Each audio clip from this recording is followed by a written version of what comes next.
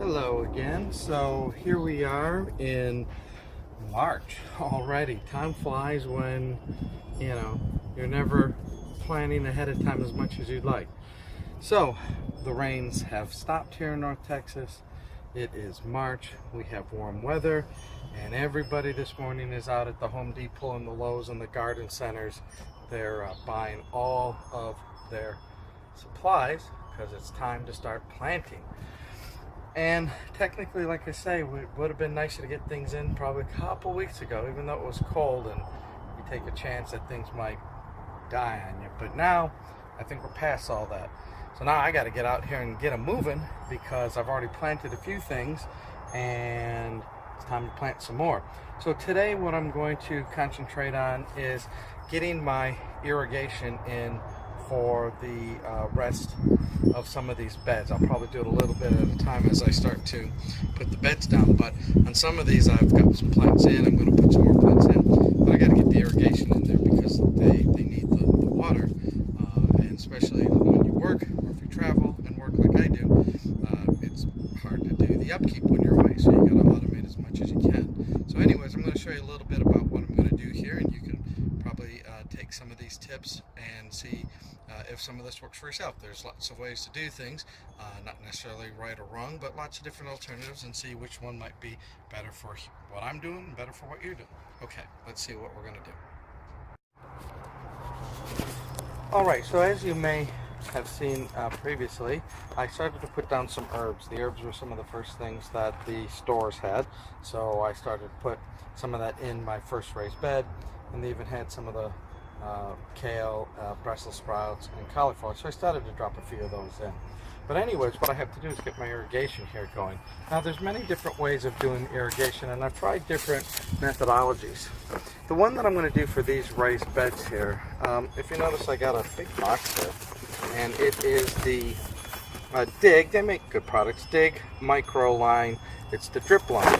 So when you look at what we have here, this is a drip line. It's a 1/4 inch, but unlike here, which is solid, here there are emitters. So if you see the emitters there, basically every 6 inches there's an emitter, and it has a little hole there. See if we can focus in, but it has a little hole.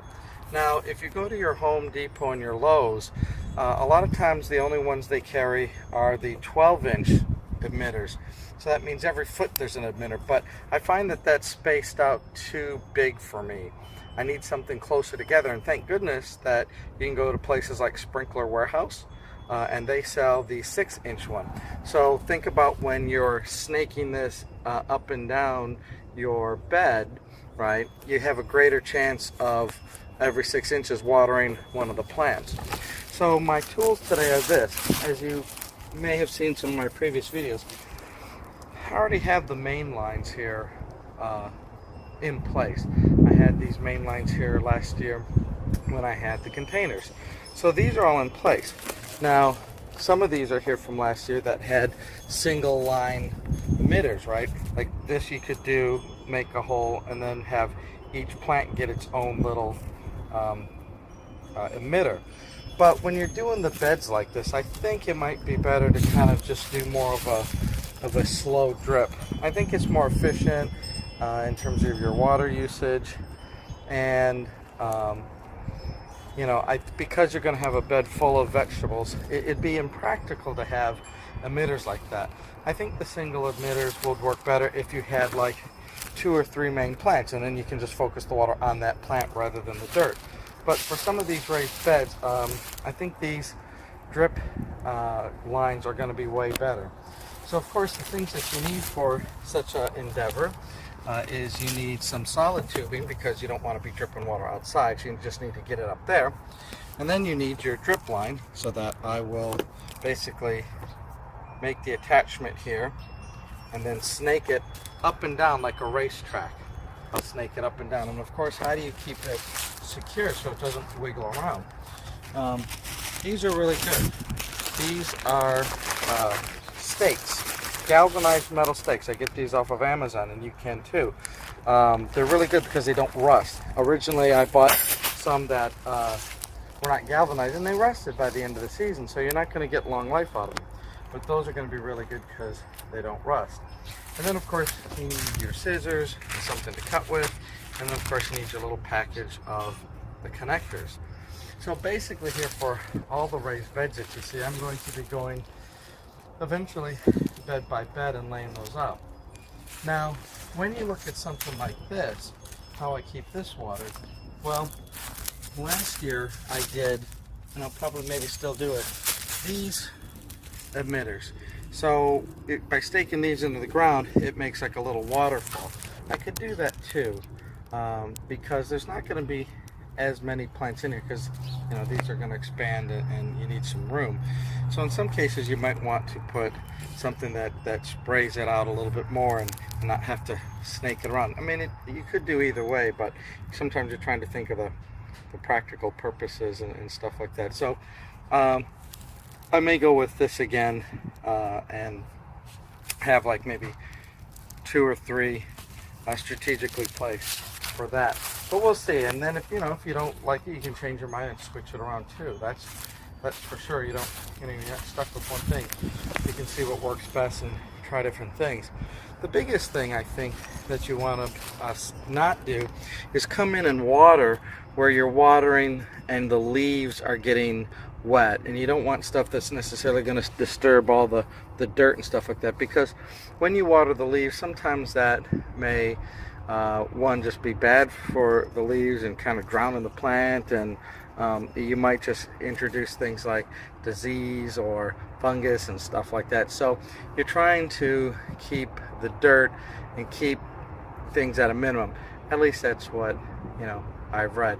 Now at the end of this too, because it's Texas and things dry out, I'm going to cover all of these with mulch and get that covered, so that way we'll retain more moisture. So hopefully by the end of it, you're smartly watering, that this will drip out and then will cover so it stays moist, and then the plants get watered, and you're kind of managing your water bill too. Now one thing, these emitters, they're basically about a ½ gallon per hour.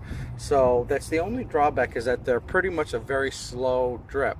So if you're going to water your beds, you might have to water longer at different times of the year to get a good soaking, right? I might do it every couple of days, get a really good soaking, let it run an hour, let's say, because that would be a ½ gallon, and then don't water for a couple of days, and the mulch keeps it moist. Now if you're dealing with bigger plants and stuff like that, of course, then these types of emitters do 1 gallon, 2, 3, even 4 gallons per hour, depending on which one you get. So for the plants that are really thirsty and you really want to strategically get them watered, then you could put them in here.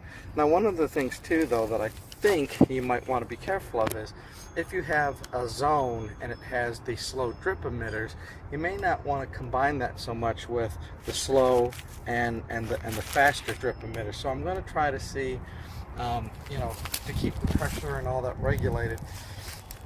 Water goes to least resistance, so you don't want all your water going to the fast moving emitters, and maybe the slow moving emitters aren't getting enough water because it's going out the other end, so to speak. So that's what I'm going to kind of do, and do more of the drip line this year to see how that works out. So anyways, let me get started here, and then we'll come back and I'll kind of show you how my progress is going and see how that works out. Okay, let's see what we've accomplished here. So if you notice here, looking at the bed, I have kind of the racetrack of the drip emitters. So basically, just to show you how I did it, in the main tubing here, you go ahead and put in your spike, and it's got to be a solid tube. I'll kind of secure this down a little bit so it ain't flopping around. But then you need to make the connection here to your drip emitter. So every 6 inches is a drip emitter, and it's a ½ gallon per hour. And you can see how I've racetracked it up and down. And then I've already got some of the herbs here, so I kind of snuck it around the existing plants. You should probably do it before you put in the plants, but that's timing everything. The good thing about this, though, is for every 6 inches, it's going to be putting out some water. And if you need to adjust once you get the plants in, of course you can lift this up. you can move it this way or that way. You can still space them out to give it a little bit more even. But basically that's it. It's real simple. So we get that in, cover it up with mulch, and then we have one bed ready to go with the irrigation. And then, like I say, we'll keep moving to the others here as we start to go throughout the season, and we'll start to plant away.